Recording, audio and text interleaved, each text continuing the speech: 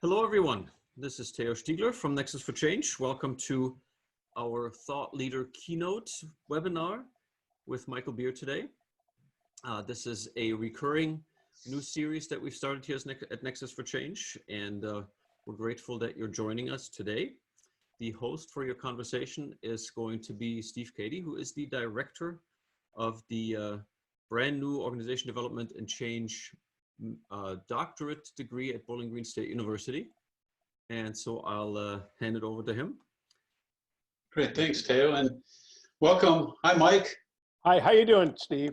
Great, thanks for making time to be with us today. We have a neat audience from around the world. We have people that are students in a variety of our programs here at BGSU, as well as programs, other of our partner and friend programs around the world as well. And we have practitioners and leaders and consultants and students and activists and all kinds of people that are here. We also have Theo, who is the executive director for Nexus. Thanks, Theo, for hosting this with Nexus for Change. So this series is one of an important set of online ways we connect our community and the broader community in organization development and change.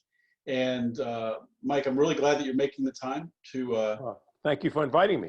Yeah, this is great. And you have your new book, Fit to Compete, and we have someone here in you with a lot of experience, both in an academic world, a practical world, and bridging those two spaces. So why don't you tell us a little bit about your book, a little bit about what brought you to the book, and share with us a bit more. And what we'll do is we'll pause after you've shared your thoughts. We'll pause, we'll break into some breakout groups using Zoom and discuss our thoughts and questions and come back and have a nice discussion with you as well. And we'll finish on the hour. So why don't you share with us a little bit about the book that you've got?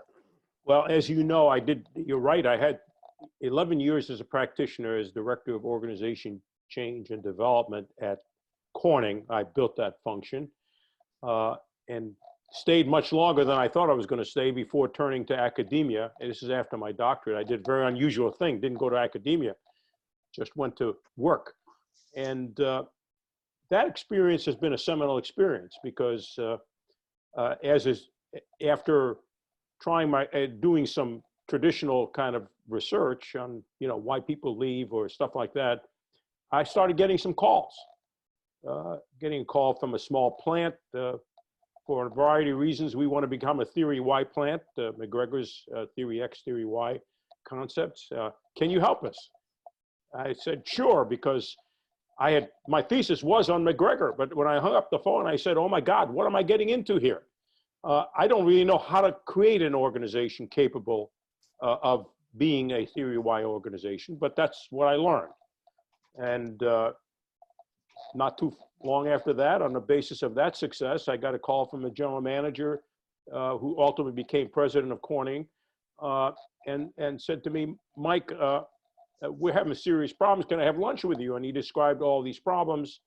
And after a year and a half, he presented me at a celebration of some successes in the business and organization with an oil can with a big spout that you use to oil the machine, and said, the emotional oil can.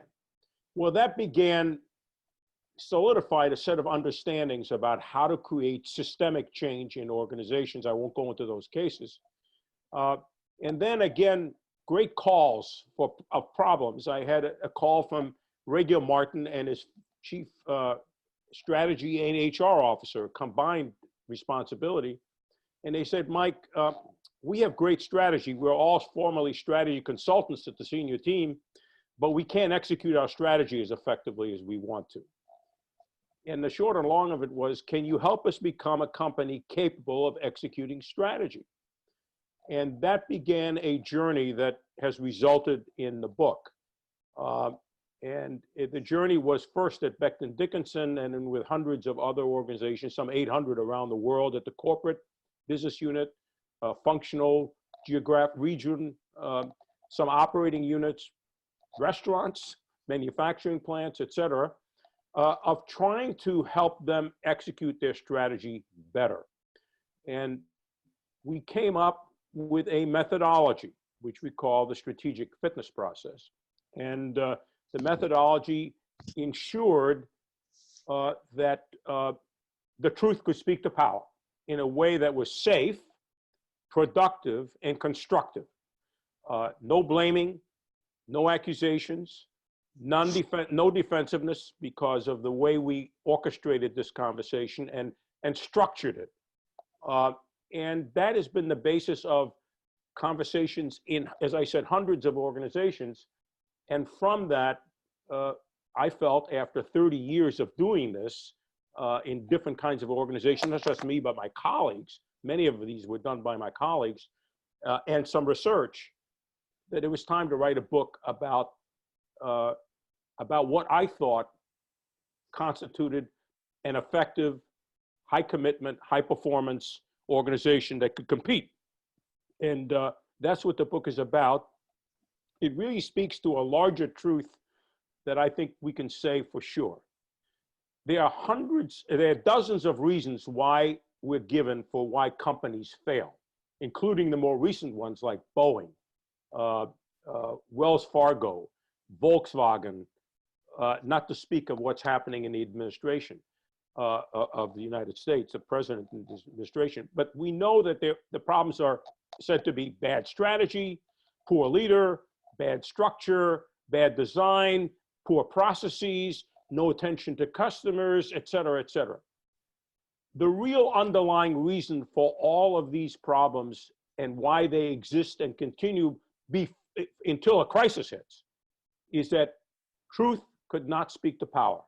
There was no ability to have what we call an honest, which is what the book is about, an honest collective, meaning everybody, the key people in the organization are in the conversation, directly or indirectly, and public, internally public. That is, the organization knows it's going through an inquiry process and an action process. And the inability to do that on a systematic, ongoing basis is what I call the missing learning and governance process, which I think is required in all organizations to sustain continuous improvement. So if you think about it, and some of the leaders often equated it to the quality process, two particular ones, former CEO Ed Ludwig and former CEO Peter Dunne, who were big quality guys, said, you know, this is kind of like the quality movement. We use quality processes. You know, we learned that we have to get people on the production line, in the operating system, to tell us what the problems are, and then we put them to work on solving them, and quality goes up, and so does cost, by the way. Well, we have no quality process for organizations. There's no way, systematic, standardized way, like Lean, for example, to really help us keep high quality organizations, high quality and continuously improving. That's another way to frame what I think the book is about. I mentioned that in the book. It's not the framing for the book, but it could have been. How to maintain and improve a high quality organization on a continuous basis. Because we know that organizations go through ups and downs. They rise, and often because they rise, they fall. I mean, you know, this has been well known for some time. Jim Collins has written about this, you know, in his book, Why Organizations Fail and Decline. Michael, can I interrupt you for just 1 second? Yeah. The microphone on your headset is hitting against your zipper. Oh, that's making a lot of noise. Oh, sorry. Not a problem. Let me take this off. Hold on, just 1 minute. Okay. That's called a live. That's called a live synchronous wardrobe change. It's like Superman. There you go. I like that. Okay, so that's. So, and you're talking about Collins' book. Yes, Collins' book defines denial as one of the reasons. It's sort of at the peak of his ongoing up to the top, and then denial, which causes the fall. And he talks about the inability. He doesn't talk about it the way I do, but he talks about the denial of organizations to really accept the reality. And these conversations is a way for senior management to come to terms with a reality that in many cases, by the way, our research and experience says they kind of know about, but until they hear from the organization in the voice of the organization, because the way we have it, the data is rich. It's projects that failed, quotes from people anonymously and what they said. The emotion of that doesn't get to the top. And it's the emotion that tips the balance and say, oh my God, these are people we appointed to go out and collect. It's a task force. I can describe a little bit what the process is, who went out to find out, and they're coming back with the good, there's good too, bad, and sometimes ugly. We better pay attention. And because if we don't, by this time we've undertaken this process, we're going to have low credibility, low legitimacy in the organization to get anything done. And you know, some of them say, you know, my God, we kind of knew this, but the message is get on with leadership, get it done, you know, or as simple as that, and sometimes much more complex. In fact, I will get to this in a few slides if you want me to. We identified 6 core, what we come to call silent killers. That is, everybody knows they exist, like hypertension and cholesterol, which we as human beings don't know about until we have some kind of a test to really find out about it, because it's not visible to us. It is known, but not discussable. And as Chris Arger said, the undiscussable is itself undiscussable, because that would mean to admit that the organization is a cover-up, which in effect, most hierarchies produce. It's hierarchy that produces these problems, right? We know there's a lot of studies on on organization silence and the inability of people to speak up.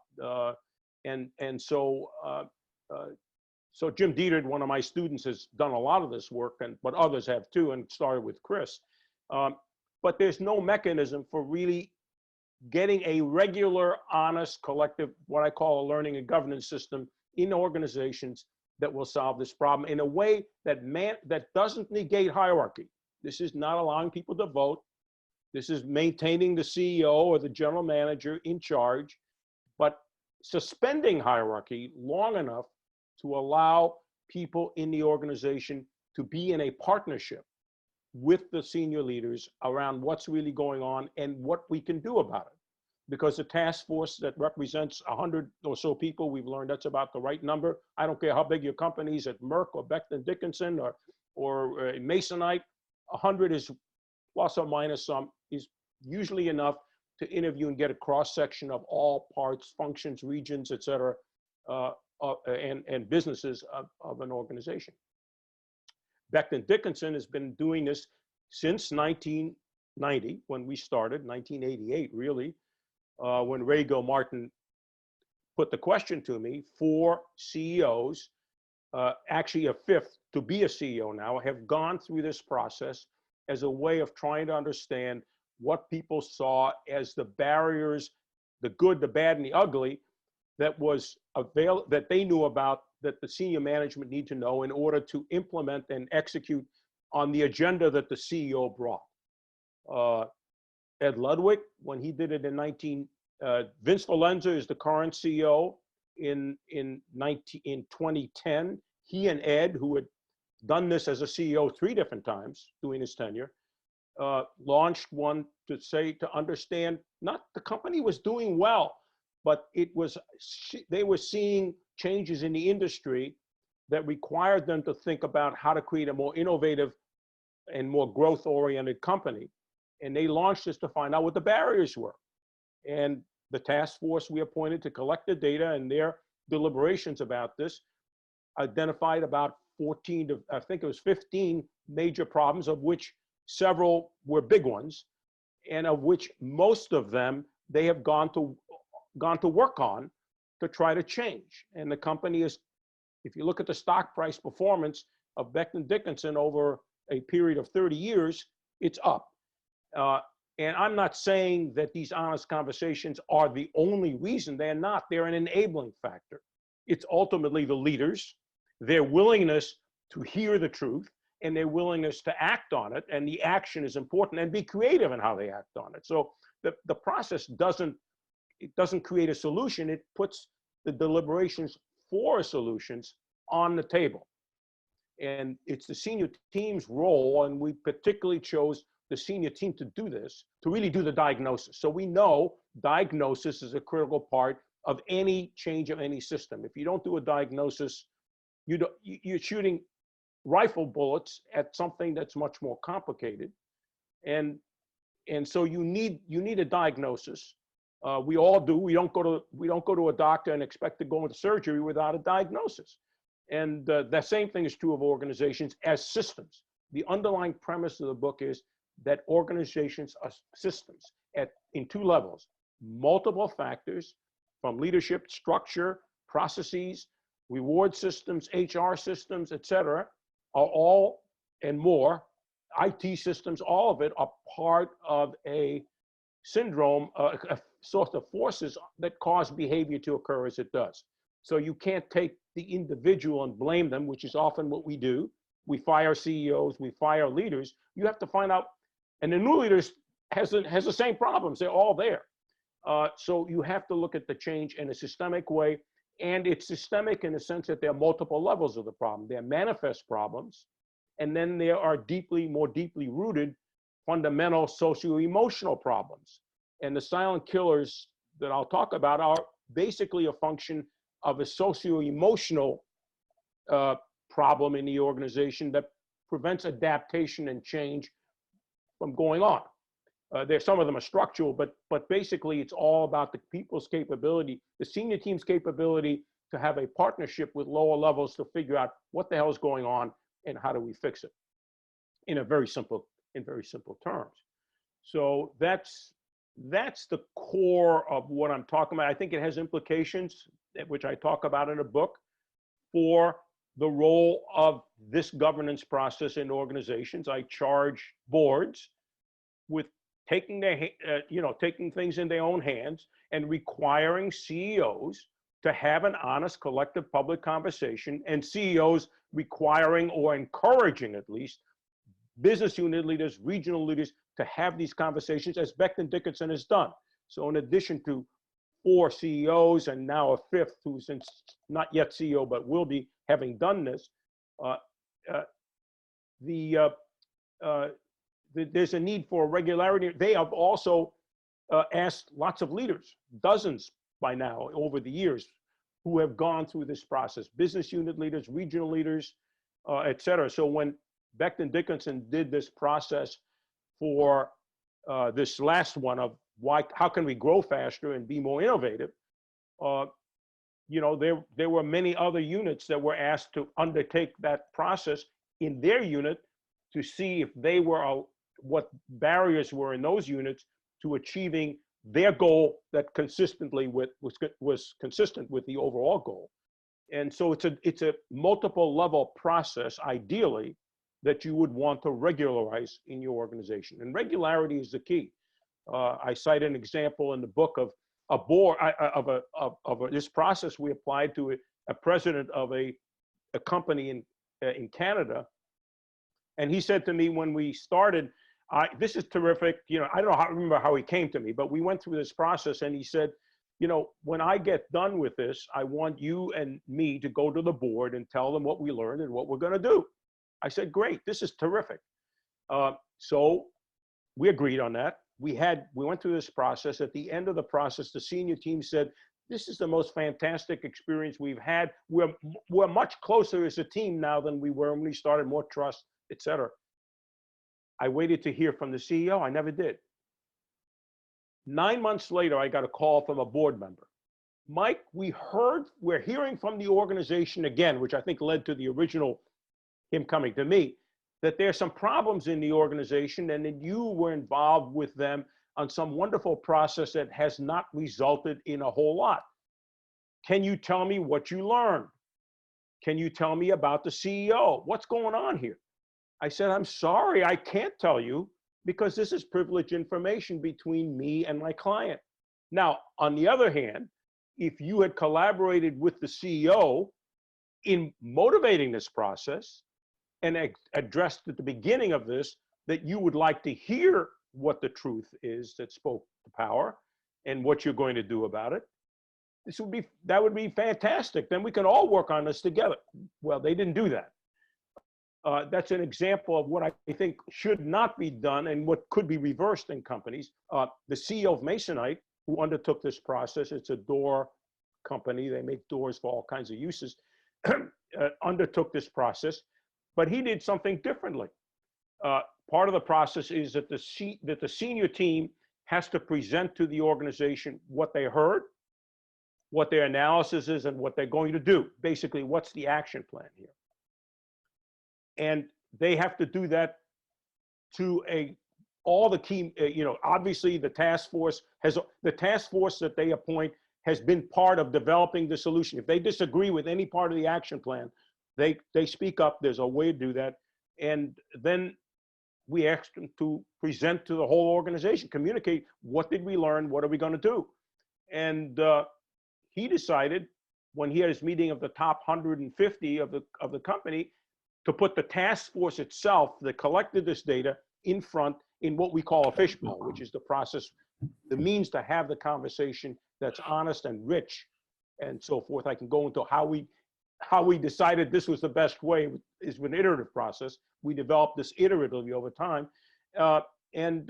He put the task force up there. They spoke about what they heard in the same way they did to the senior team, but he invited not only the 150 top executives, 3 members of the board. And 3 members of the board then went to the board afterwards and said, my God, we understand better. Let me tell you what we heard. We understand better what Fred is trying to do. And then when he retired just 6-9 months ago, Fred Lynch did, the chairman of the board with his successor there said, what you did helped us understand much better what's going on in the company, understood better how to support you. And by the way, we're now sure this company will never blindside us like Volkswagen board was, like Wells Fargo board was, et cetera, et cetera. So it has a dramatic effect on the board's capability to manage and create a partnership. At Becton Dickinson, the board didn't request it, but Ed Ludwig started tradition. When he had this discussion, he went to the board and said, and by the way, he learned about 2 big immediate problems in addition to what I call the silent killers. One, they were channel stuffing, which later became illegal and had become a habit in the company, quarterly stuffing the channels, to get sales and revenue up, which is bad for the company, but also bad for everything else. And that became illegal. And also that he had led new enterprise development, $150 million project when he was chief financial officer. And now the report was, Ed, this is off the tracks. We're going to have to stop it and do something about it. He listened to that. He stopped it. He spent another $100 million the board did not expect to fix it. He went to the board, told them exactly what he learned about these 2 and other barriers. And that started creating a partnership between he and the board that Vince has continued, because the results of that innovation and growth process that we went through with them was also reported to the board. So this is just a way of changing the whole governance process of an organization. And it from Becton Dickinson's executives and other executives, many of them that we've worked with, this is a terrific process because it helps them in executing a strategy. So Peter Dunne at Steak and Shake, it's disguised in my book, when he was CEO, said, this helped me really, when I see a punch coming, I can usually avoid getting hit. This had this effect. It showed me what the key issues were and what I needed to do. And it made my job so much easier because I had to do just respond to the, what I was told and began to fix it. And he did. And he began to change dramatically what was there for the time he was there.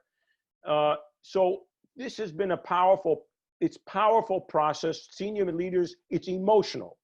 So part of the premise of the book is that you have to change manifest issues, but you also have to do that sort of the visible issues, but that are known to everybody, but also get to the underlying emotions. that are part of this. And if you don't get emotion, you don't get change. But the emotion can't be an outburst like, you guys are terrible, you ought to be fired, you should. No, that's not what this is about. The conversations are very, very positive in the sense of they're negative in some of the findings, but they're positive in terms of the aura that's created, the climate of the conversation. And it tells, excuse me, I'm working on a bronchitis recovery here. But it basically tells management what the hell's going on, which they have to respond to, which they feel they have to because they already got into the process. Now, let me let me be clear. Not every CEO wants to do this. So that in itself raises interesting questions, which I pose in my book. Well, what the hell is leadership? How would you select the next leaders in the company? I would argue, are they willing to hear the truth, have an honest conversation with the whole organization, with their senior team, et cetera? Are they willing to learn? And the answer would be, if they're not willing to do both, are they your best leaders? To me, this is the fundamental of leadership. So the problem we have with many boards is that and there's a lot of evidence for this, they select people to the board to be CEOs without ever thinking or asking the right questions or figuring out or setting the right conditions. If you want to be a CEO here, you will do this periodically and you will tell us the truth. And if you don't want to do that, don't come here. They don't do that. Let's find out what last organization did he turn around? Oh, this guy's got this man or woman has a great reputation. Let's put him in charge.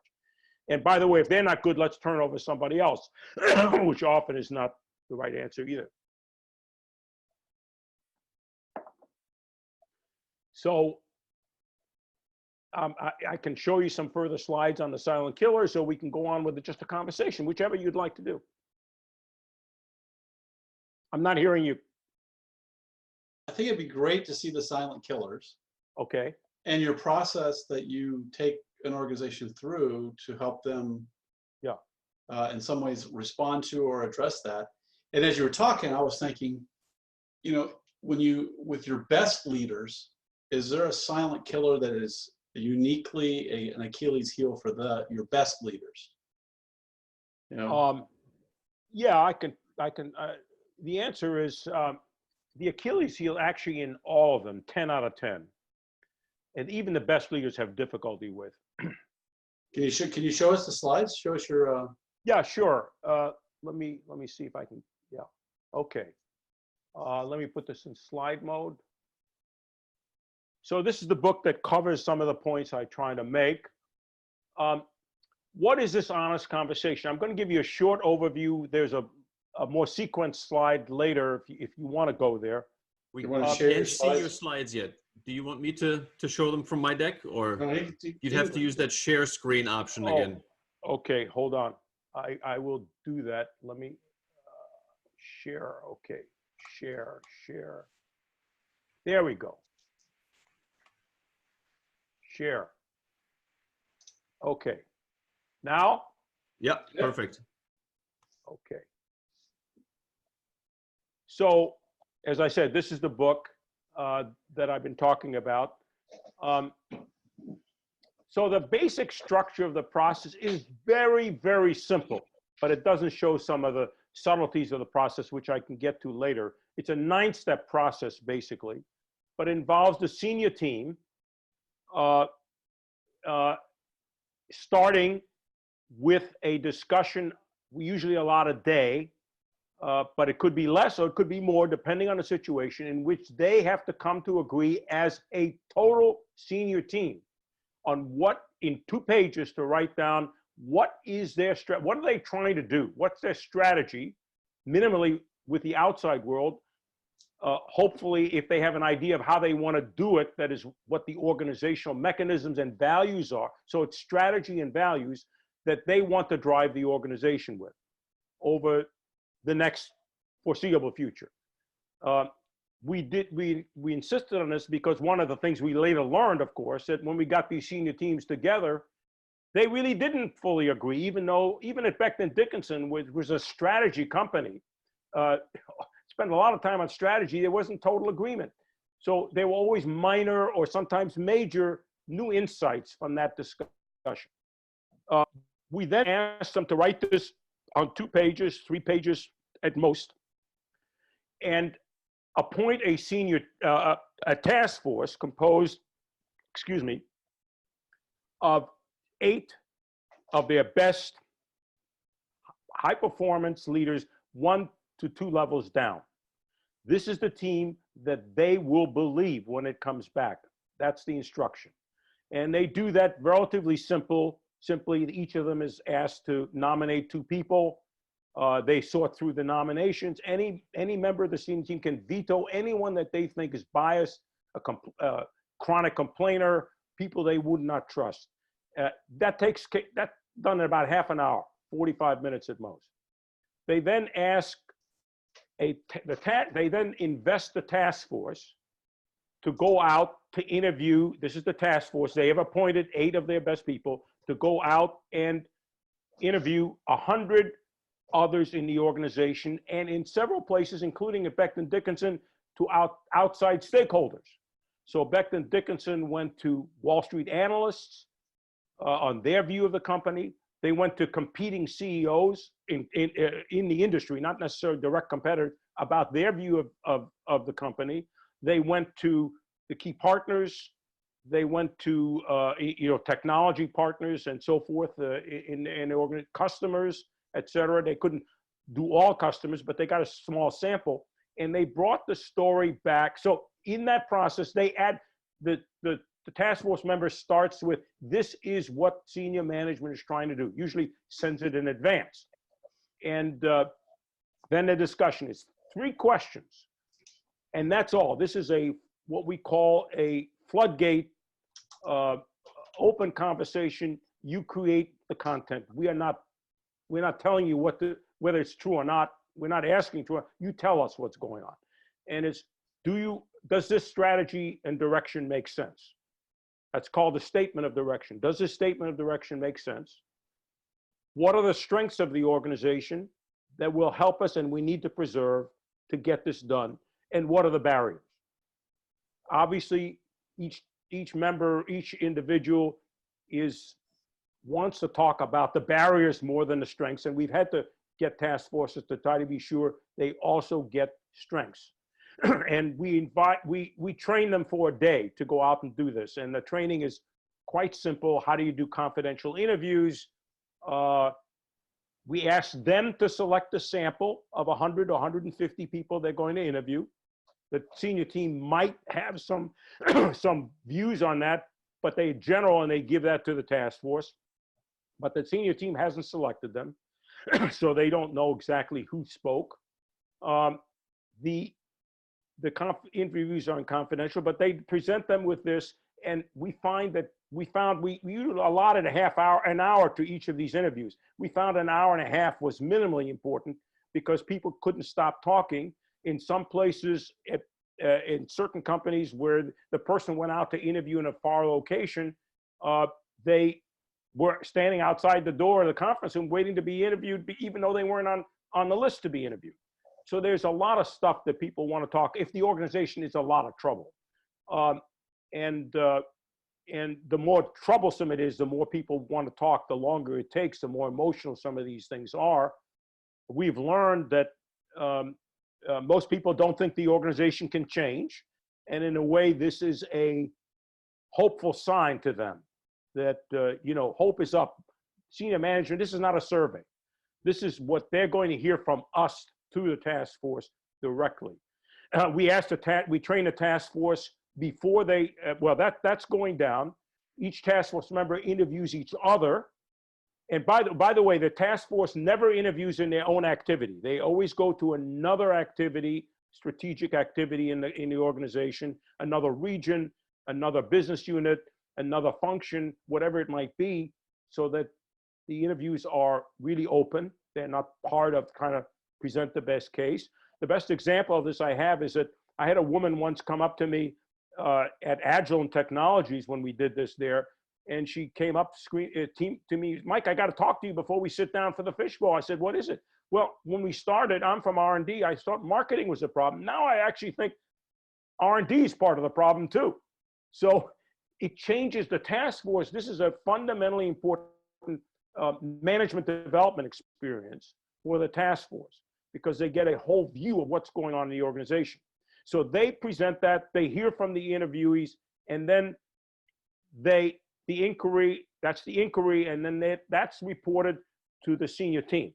And it's reported to the senior team in a way we had to figure out. We started out with PowerPoints. First of all, I would say we spend a day with the task force the day before they sit down with the senior team in what we call a fitness meeting, 3-day meeting, sometimes 2, depending on the situation. And we started out by having them create PowerPoints. And 2 things happened. One is the PowerPoint, people in the task force didn't think the PowerPoint bullet they were putting down captured the richness of what they were saying, what they were learning. And 2, when they got up to talk about the leader, which is one of the barriers, or something relevant to the leader, they were facing the scene. We do this in a fishbowl now, but they were standing in front of the thing originally, and basically that was an uncomfortable situation. So we created a fishbowl. So the task force sits in a room around a table. They have a set of list of themes that we've helped them create rigorously the day before. This is not one-off stuff. This is, each of them writes down the 3 great strengths and 3 barriers that they learn from each interview, and then they analyze across interviews, and they bring back the key barriers. And we have a method for posting it on Post-its and arriving at finding the final theme that all of them can agree on. I won't go into that now. And then report to the senior team sitting around the table. And this conversation can last anywhere 4 to 5 hours. In one company, it lasted 7.5 hours, and it wasn't boring, because the task force was talking about a whole variety of deep problems that they faced. So basically, that's the thing. And then the senior team, the task force leaves, and the senior team is left to diagnose both what they heard about themselves and what they heard about the organization, and come up with an action plan over the next day or 2. And when they're done with that, they bring the task force back and say, this is what we heard, this is our analysis, this is what we should go away for 2 or 3 hours and critique our action plan. The task force does that, and then comes back into the room to meet with the senior team and say, this is what we think of your action plan. And we've had some that, no, this is pretty good, we're ready to go. Some would say, no, this doesn't capture the full measure of what we want to say, or parts of what you're trying to do aren't exactly right. One task force in the UK, talking to the CEO, said, we told you to take out a level. You haven't done that. Go back and do it again. I mean, they didn't say that, but that's what the senior team had to do. And then meet again. So at the Center Row Systems Division, the task force came back vehemently disagreeing with a number of things in the action plan, which they learned later to accept, actually, because of a joint conversation. But one factor was how many business teams they had and how they were aligned with market and technology. That changed as a result of that. So there's a back and forth, and then the senior team communicates to the whole organization. So in a global organization, we did this at Merck. We had 200 to 300 of their key people, and the task force went through its own report and then discussion of what the action plan was. They also went out to all parts. At Becton Dickinson in 2010, 2011, when we did this, each member of the senior team took the same message out to all parts of the organization, literally flew around the world, not together because they couldn't do it. We ideally liked the senior team to be together, but it couldn't be. So they themselves took it out. This is what we heard. This is what we're going to do. And then had people in the local organization meet and say, well, what can we do ourselves to further this basic direction. And then subsequently, at Becton Dickinson, for example, the Asian region went to applied this process to a greater Asia region in order to find out what their element of the strategy, what their barriers were, what their strengths were, and so forth. And by the way, we've done this across multiple geographies and cultures. And the process works as long as the leader wants to do it. That's the key. And so that's the senior team sharing with the organization. Then they have to create action plans. But as we've learned, when they do it, they need to tell the rest of the organization, this is a result of what we heard, so that it keeps alive the notion of continuous partnership and learning, and to make the organization, which is really your longer term goal, to create an adaptive learning system. So that's that.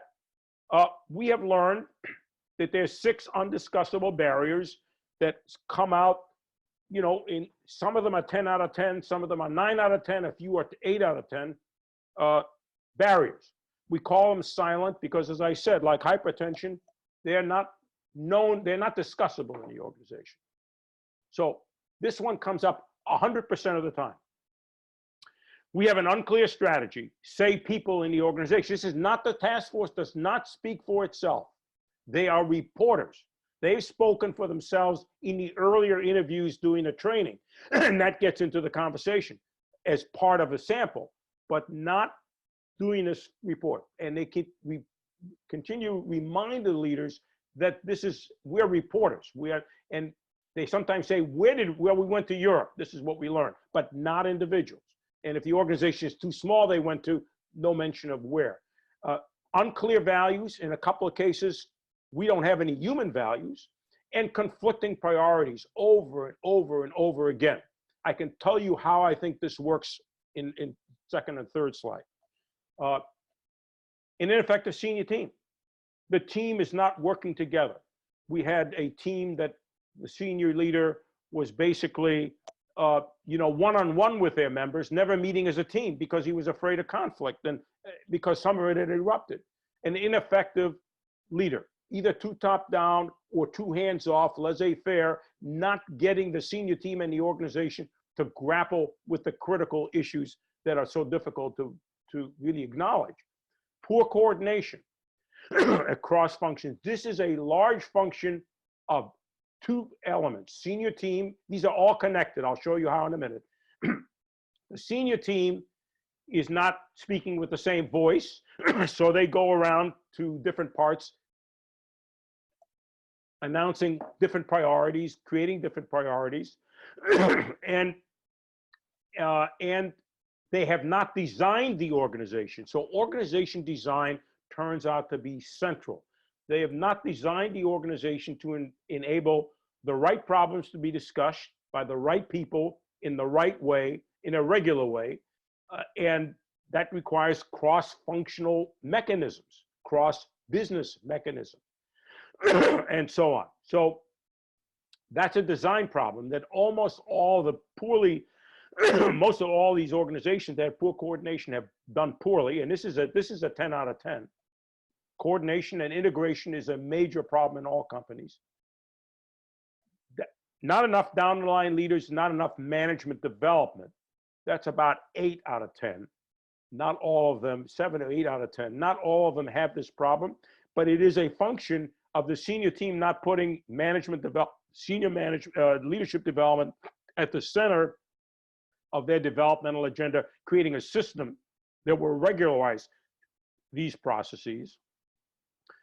We did this in one senior team in the UK around the question of management development. And the senior team, the task force came back with the same barriers. You guys are an ineffective senior team. You send the worst people to my division, and you keep the best people because we're all fiefdoms trying to do, so fiefdoms is lack of coordination and so on. So these are all connected to each other. These are fundamental barriers to adaptive learning and development. Low capacity for honest conversation is why these are basically silent.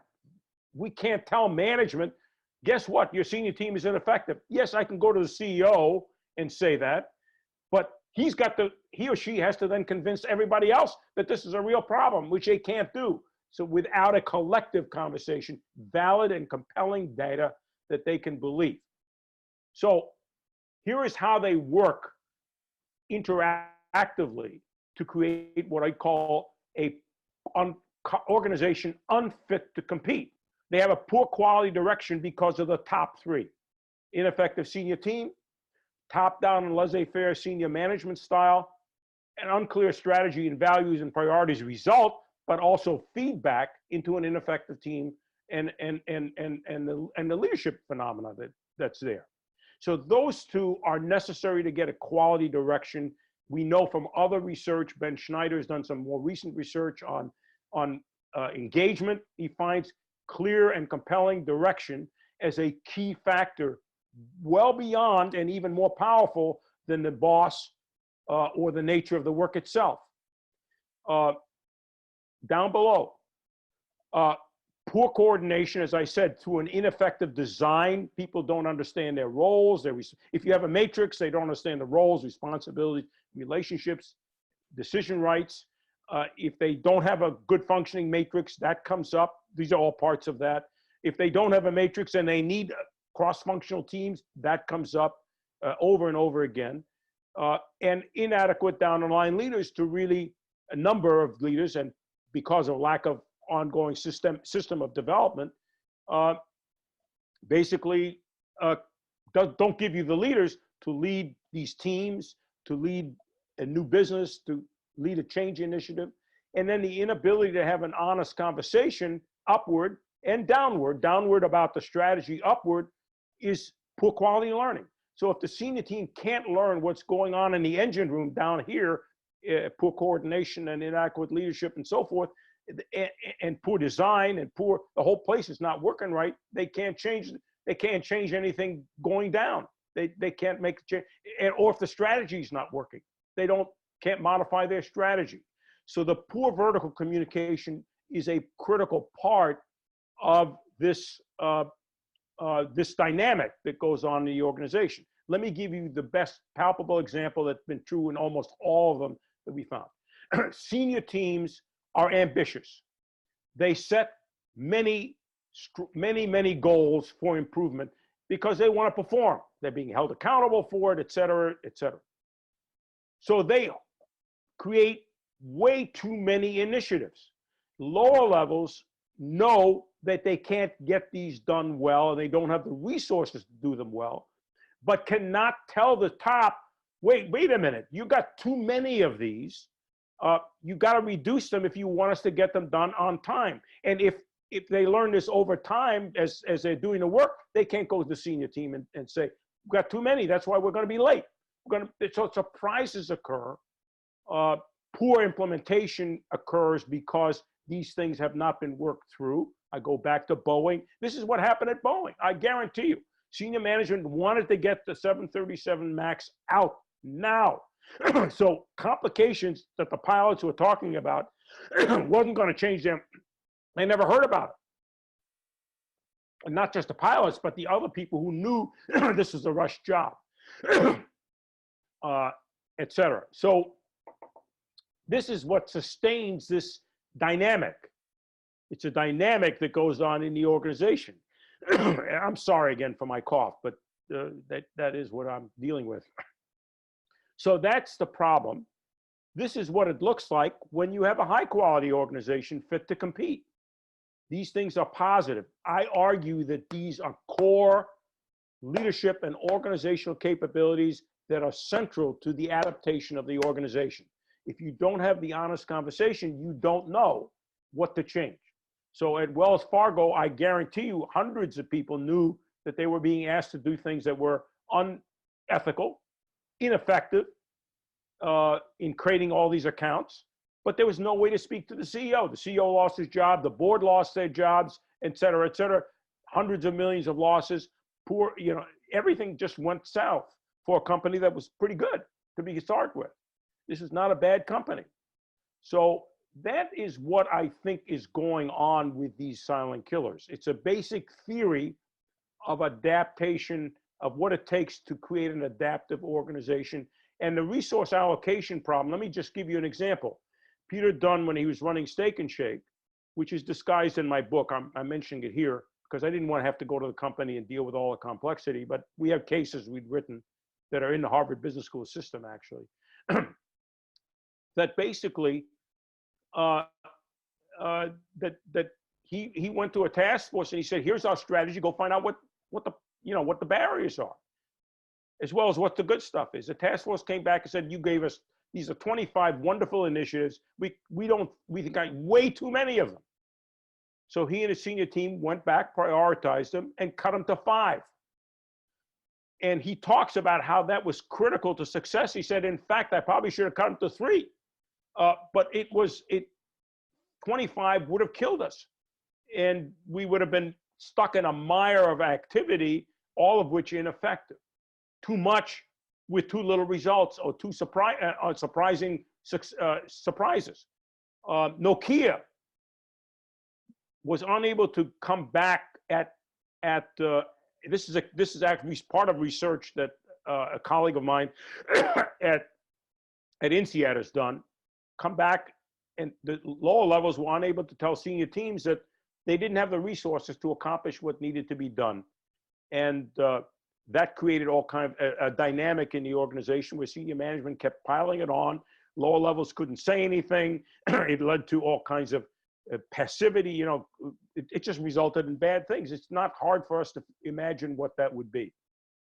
So I don't think I have time to go into this, so maybe I won't. Where are we? Where are we in time? We're close to wrapping up. This has been super wonderful. I would say that we need to talk again with you. Okay. And have some more and dig deeper into this. There's a few questions I could ask you, and then we can wrap up. Is there something that you want to make sure that you share right now? And then I can ask you maybe a closing question or two. Sure. As leaders and or facilitators, consultants, whatever, who's of students, whoever is on the call, I just want you to know that this is a process that leaders who are ready for it, and that's the problem, too many are not, but if they are, accept and implement very effectively and see as legitimate, because it does not ask them to do, it walks them through what I call an unnatural act. The difficulty of being humble, the difficulty of having the courage to be humble. And it allows them to do that in a way that they would unnaturally probably dispose, but don't know how to do. And it's a process that can fit well and link well to the strategic planning process. So at the Santa Rosa Systems Division, this is a chapter in the book, they decided at the end of the first one, which saved their day, as I show, to do this every year. And they would create a strategy at the end in August, then they would have a senior task force go out and interview. They went through the whole process. What the barriers to this strategy? And it became an ongoing process every year. It was a learning and governance process. Management development for the task force, continuous improvement occurred because 2 or 3 in iterative years, they learned more, got deeper into some things. So that's and HR people and consultants are facilitators. The process is structured, so it rarely have to intervene. We have had cases where the facilitator, consultant, HR or outsider has to intervene a little bit to keep the conversation on the focus of the problem, as opposed to, how do you guys ever, you have no right to tell us this and so forth. I have a case that illustrates this in the book where this almost happened, but didn't happen, and how that changed dramatically the trust level between senior management and lower levels. So that, I would say this is a very accessible process. It's practical, it works. In about 4 to 6 weeks, you should be able to get this done and get the readiness to announce to the organization what we're going to do. That's great. And so a couple things as we wrap up. One is someone said, hey, I thought this was going till 30 more minutes, and we can go a little bit longer. I think, do you have a few more minutes to answer some Yeah, questions? sure. Okay. For So you, we Steve, definitely- I have all the time in the world. That is very nice of you, and I'm very grateful for that. And so let's take a few questions. Okay. And I'm looking in the chat room, and so if anybody has any other questions, please feel free. You can also raise your hand and let me know that you want to just say hi and ask a question live. You can do that as well and let me know.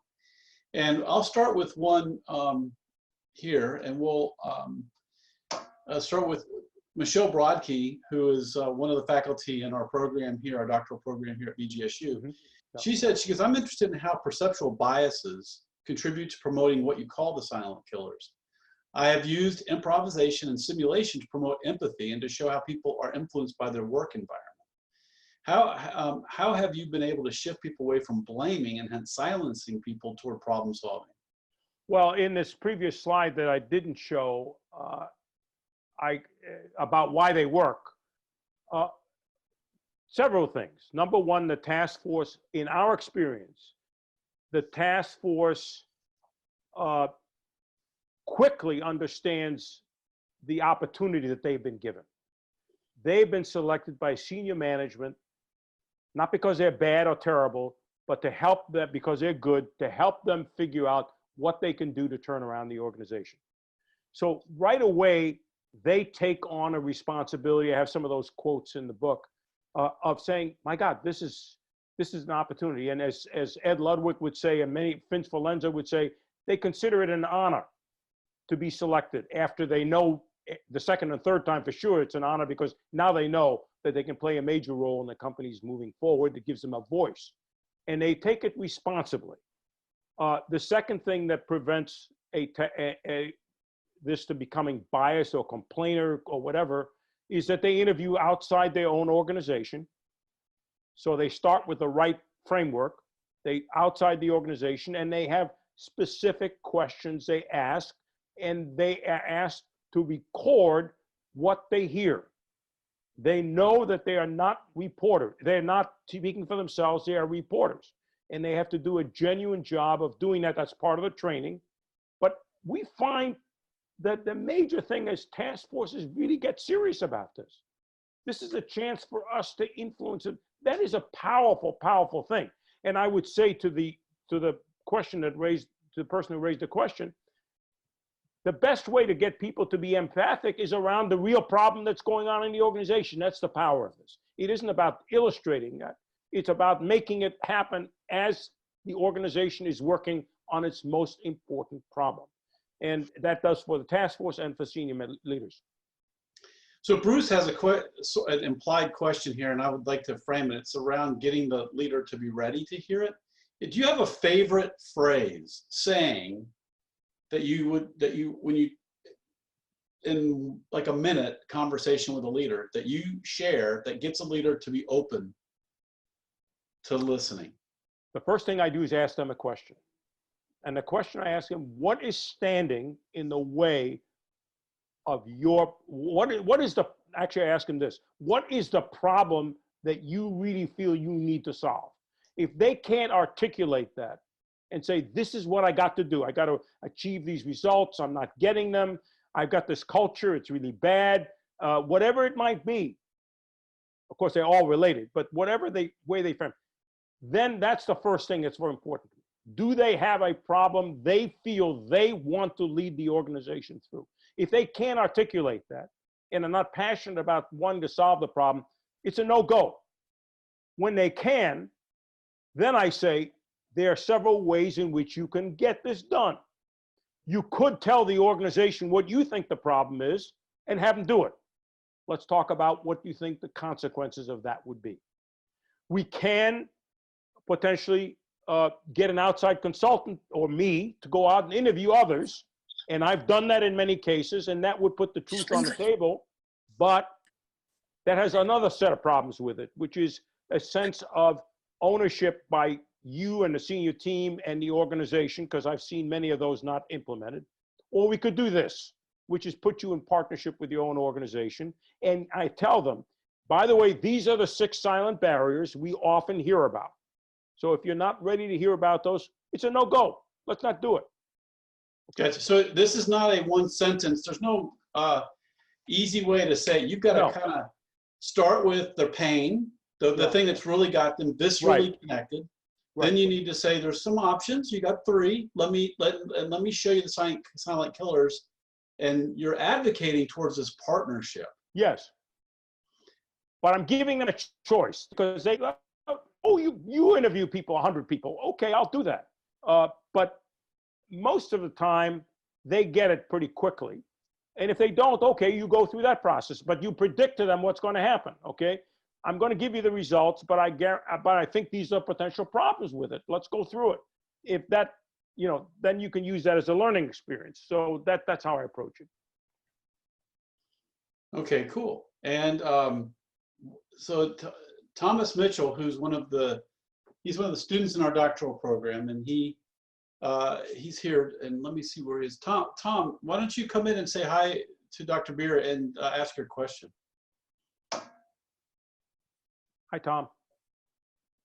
Hello, how are you? Thank you for all the great insights and all your research. And my question is that you see— Thomas, if you don't mind me interrupting, tell Michael where you're from, what you do. Can you bring your video on live? Yeah, yep. There you go. So I'm with Novartis Oncology as a senior oncology specialist working with some of the cancer centers. Been with them for about 3 decades, a little over that. And tell them what is your topic that you're interested in for this doctoral program? So my topic is centered around culture and sort of job performance and how that intertwines and how you can optimize performance in organizations by creating a winning culture. So it's kind of broad, but I'm trying to narrow that down a little bit.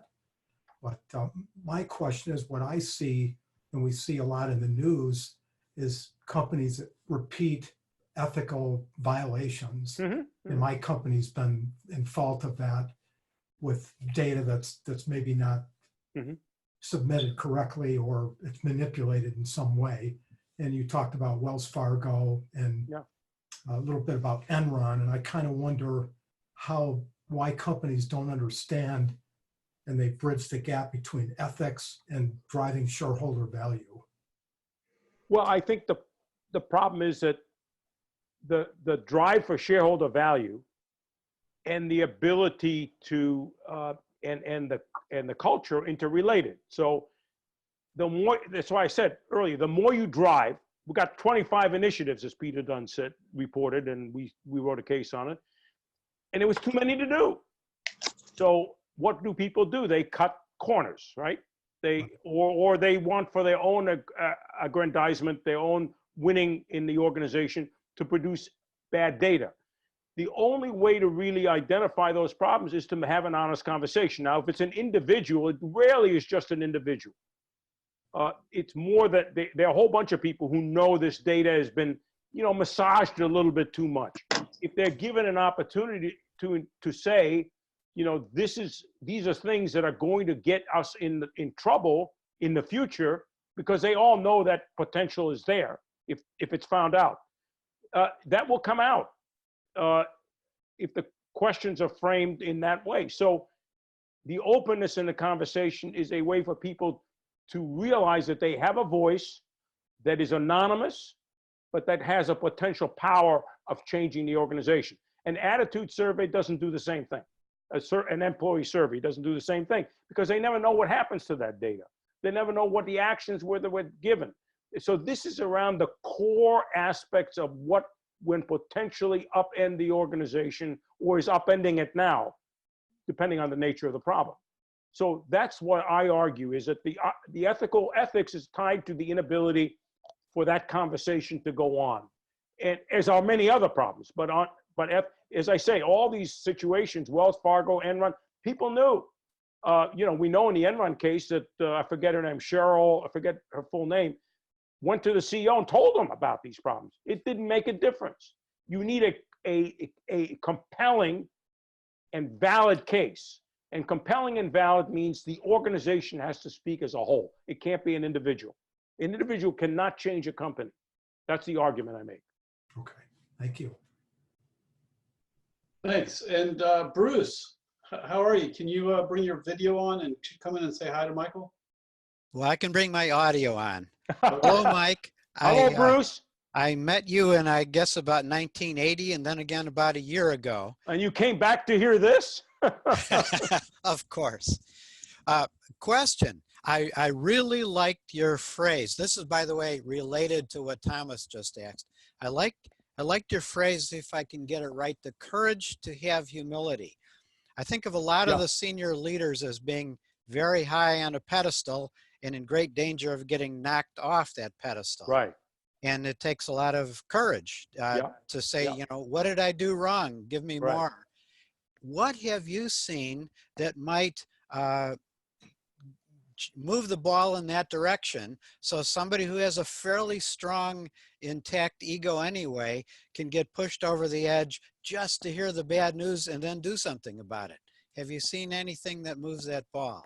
Yeah, well, first of all, I have a chapter, the last chapter in the book is about courage.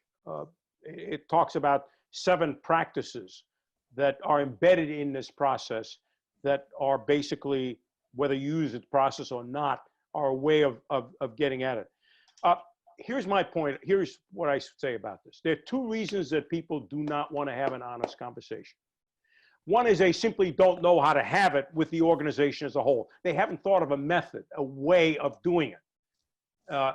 That's what we invented here.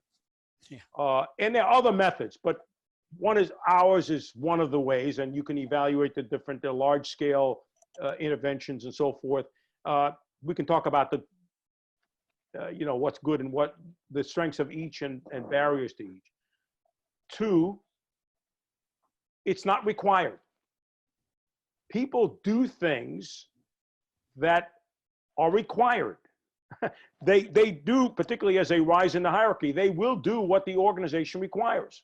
So at Becton Dickinson, leaders who might not have been naturally inclined to do it, did it because Vince Verlenza and Ed Ludwig before him and others asked them to do it, and to come back and tell them, create accountability for an honest conversation. Now, what happens is the people who are naturally inclined to do it but don't know how to do it, make it work. The people, and they learn in the process. So Ed Ludwig didn't have it. Ed Ludwig came across as, he was the first guy at Becton Dickinson who did this really successfully. He was about the 2nd or 3rd. The others, did it, but it was a mechanical thing, and he never really embraced it. He came back to the CEO and said, "This has been fantastic. You should do it yourself." The CEO did. So you need to create models in the organization that then, and he became CEO ultimately and did it himself as a CEO. So he learned very quickly that by doing, he said to me, when I did it as a division manager, as soon as I announced we were going through the process, I, as a young 38-year-old general manager, never been a general manager before, working with people who knew the business much better than I did, immediately gave me instant credibility. People said, "Oh, they get it." They being he and his senior team, that something is going on that needs to be dealt with. So, but the requirement to do it is really, in my opinion, and guess what? If you require people to, or strongly encourage them, I wouldn't say require, strongly encourage them to do it. And if they don't do it over time, asking them why they won't do it over time.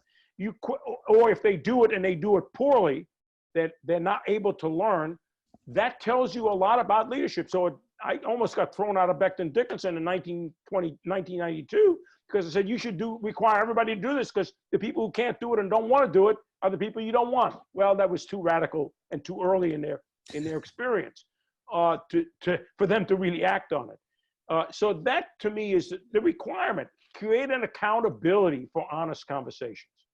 It sounds like it's the board culture needs to be have that in the center of it.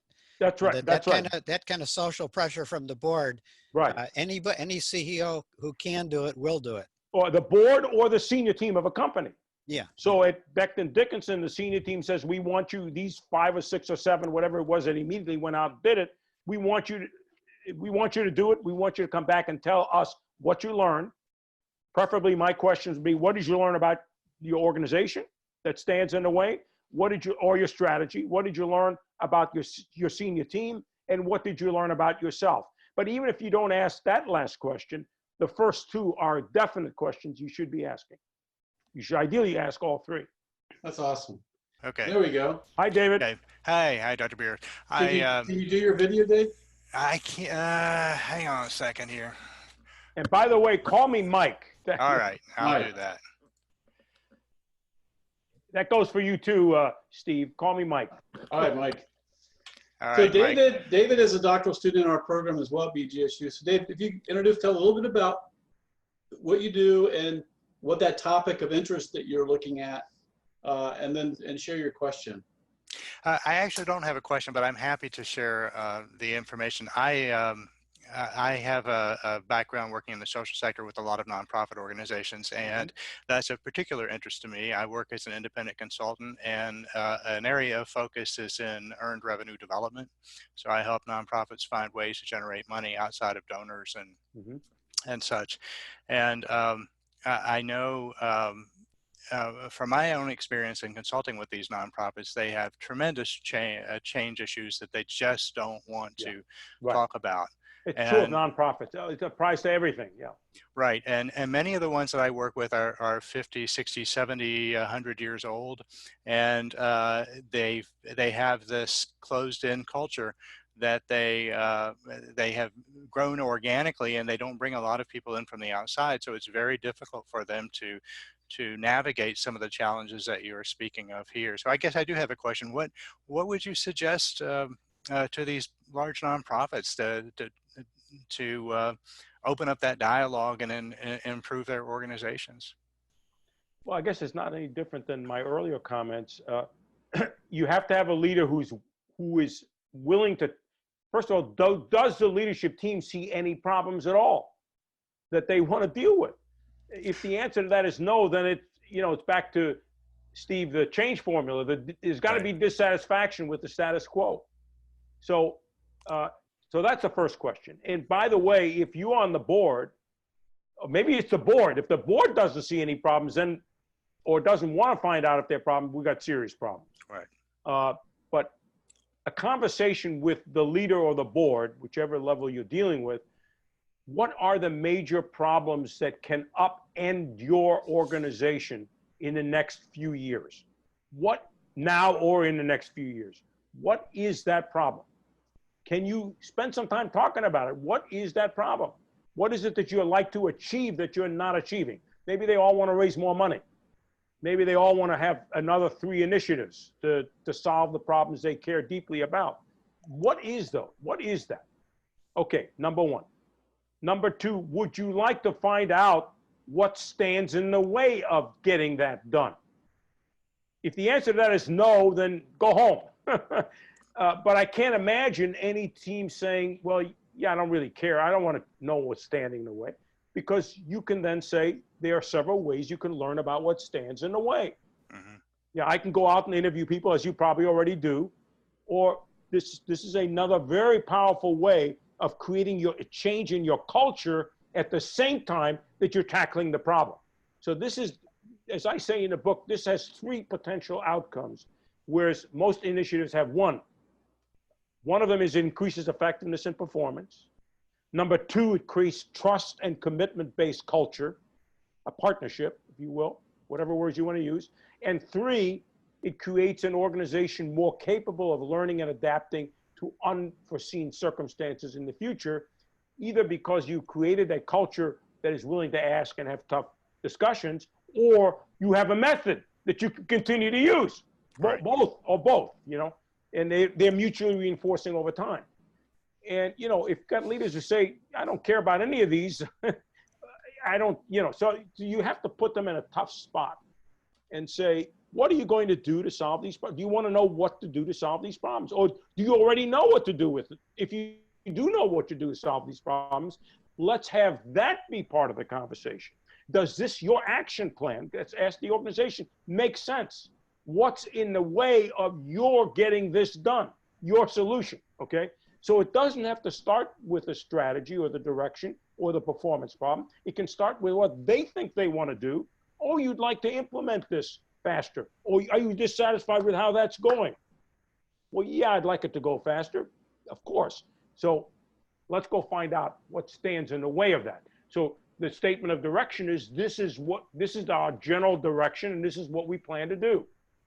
Go and find out, task force, about what's standing in the way of getting this done. And you're going to get the same, I'm sure you get the silent killers or some version of them, for sure. So yeah, so Michael, Roland Sullivan is here as well. He raised his hand, wants to ask you a question. He's under Amaja. Well, you want to say hi and ask your question? It's good to have you here. Can you hear me? Can hear you right now. Yep, we got you. Okay, hey, Mike. Yes, we want more of you, as Steve does. Number 2, we would like you to keynote an Asian ODNet conference. We usually have 200 to 500 people, and Steve Cady will then video that and shoot it out to thousands of OD people throughout the world. And so that's it.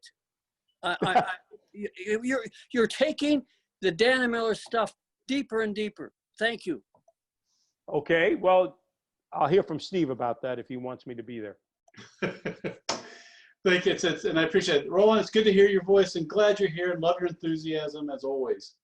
And so Deborah DeBow, you had a couple questions. You made a couple comments. Do you want to come in and say hi and have a chat with Mike?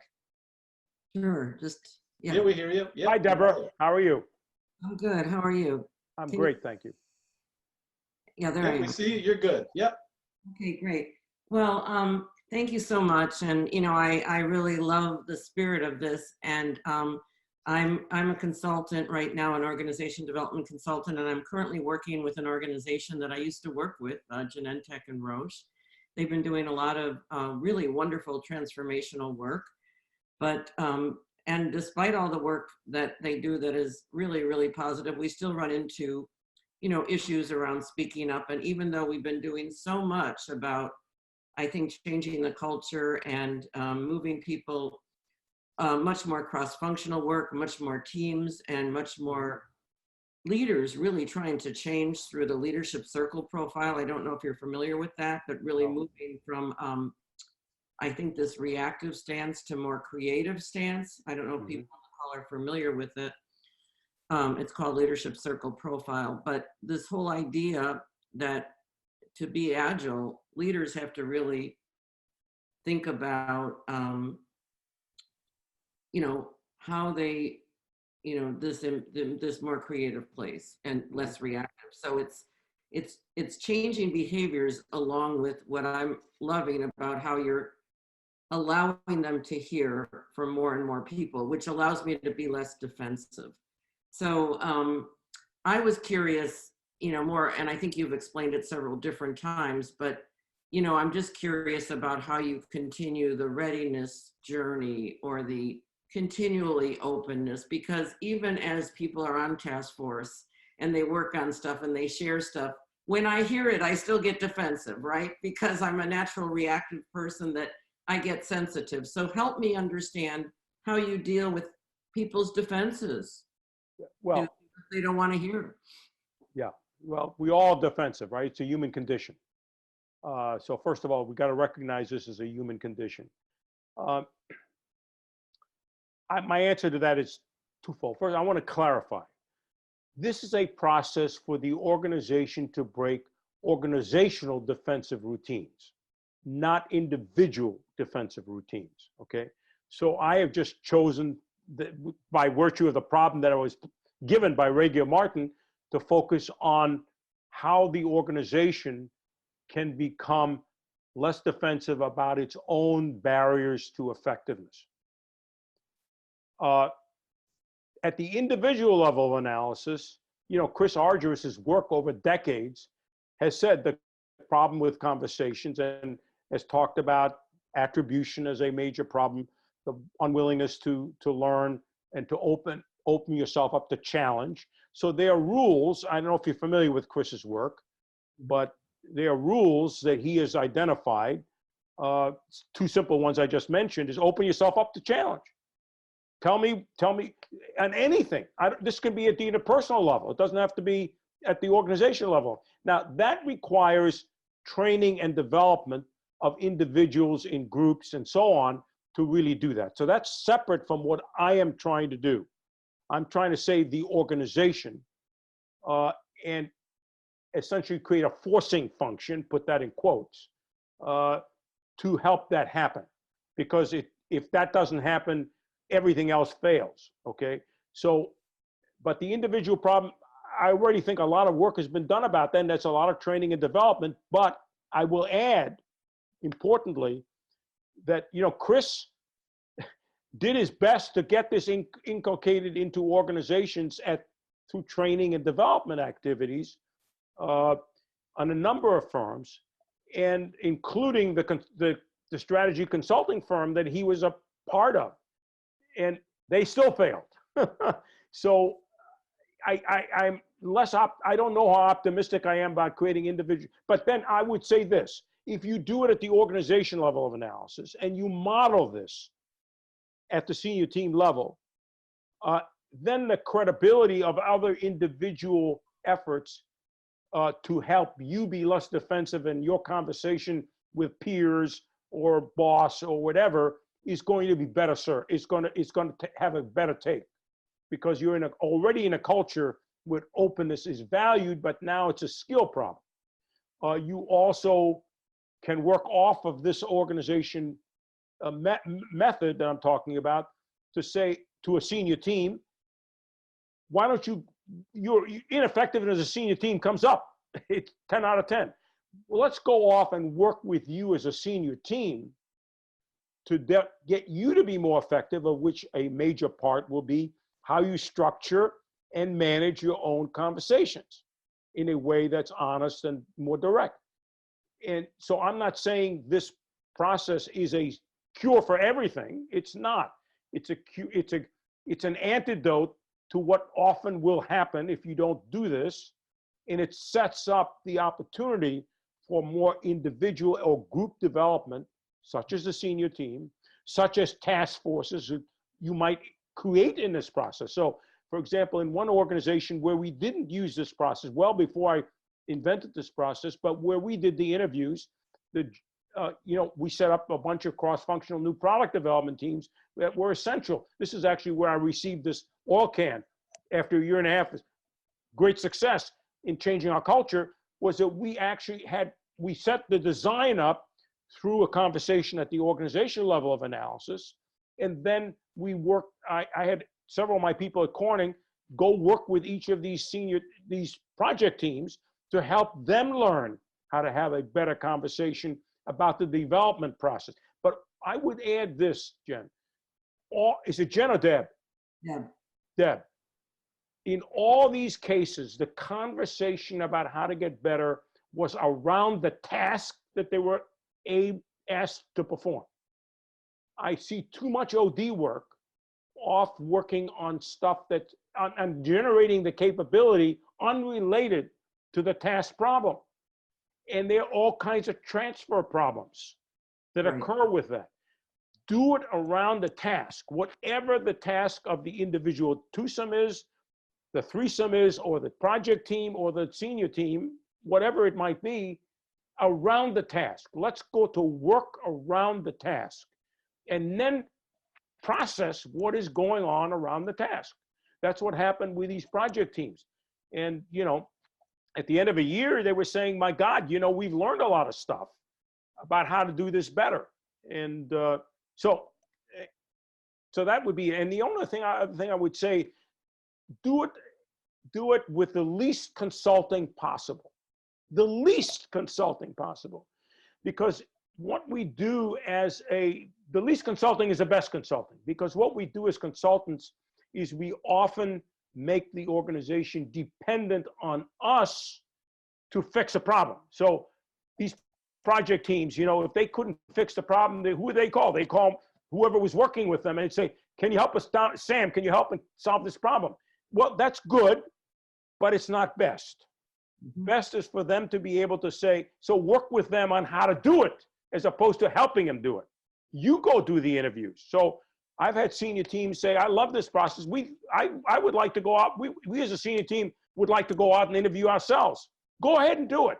Be mindful of the fact that you may not get the whole truth of some difficult issues, but at least, so get people to do the process, to understand what's necessary for them to do and have them do it, as opposed to us holding their hands through it. That's, to me, is a basic problem with the field of OD. We hold people's, it was my problem also, when I started out. I just learned that the least consulting is the best consulting. So even as a consultant with this process, we do very little, actually, unless there's a reason to intervene. And that's rare, actually. Doesn't really occur that often. But we're there to make sure that they understand the process, they understand they go through it. We may frame questions for the senior team when they deliberate on the design questions. These are the options you have for design. You make the decisions. We'll tell you what the advantage and disadvantage of each of these options is. That's the kind of conversation we as consultants should have with our clients. Thank you. You bet. Glad to help. Can't hear you, Steve. There you go. So this is great. And I was saying thank you. And we will find time to continue the conversation when it fits into your schedule, and we can have some time with you. I'm going to share my screen and just wrap up with two things and invite you all to, if anybody that wants to stay on can be on for a little bit more of a deeper dive into the two topics that I'll share with you. And then we'll be sending you some stuff as well afterwards for all the people that were here. The first is our Doctorate in Organizational Development and Change. The Nexus for Change is hosting this, and it's also a part of our Doctorate in Organizational Development and Change program. And so, Mike, this is our keynote for our cohort number 1. So you're a big part of the foundation for our doctoral students that you're getting to meet today. So thank you for planting those seeds. They're doing important work. Our doctoral program, the average age is 48, 25 plus years experience.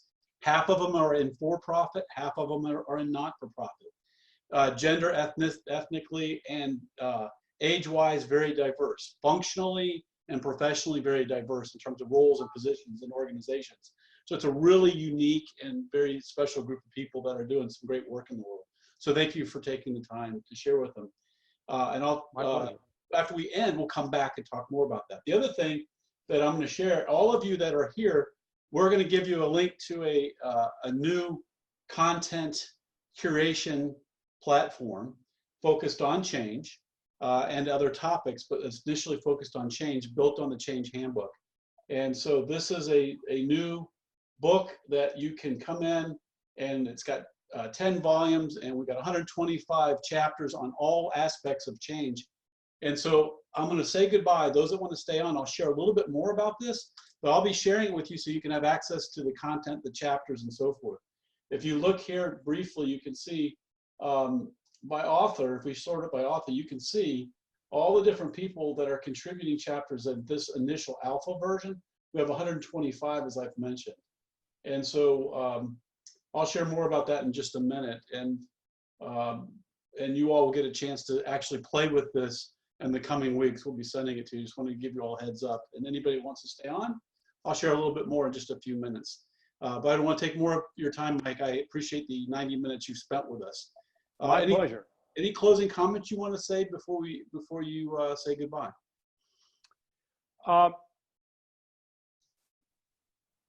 Think about what you can do for your client to help them develop an inquiry perspective and an action learning perspective. What is the advice you would give them to do that, rather than the advice about how to solve a particular problem? Help them to fish. Don't just give them a fish. That's my closing message. Thank you. You bet. My pleasure. Bye-bye. All right. Well, have a great rest of the day. We'll be following up with you. And thanks, everybody. Bye for now. And stay on if you want to learn a little bit more about the bye-bye. My Library app and the Change Library. So talk to you all later. Bye for now.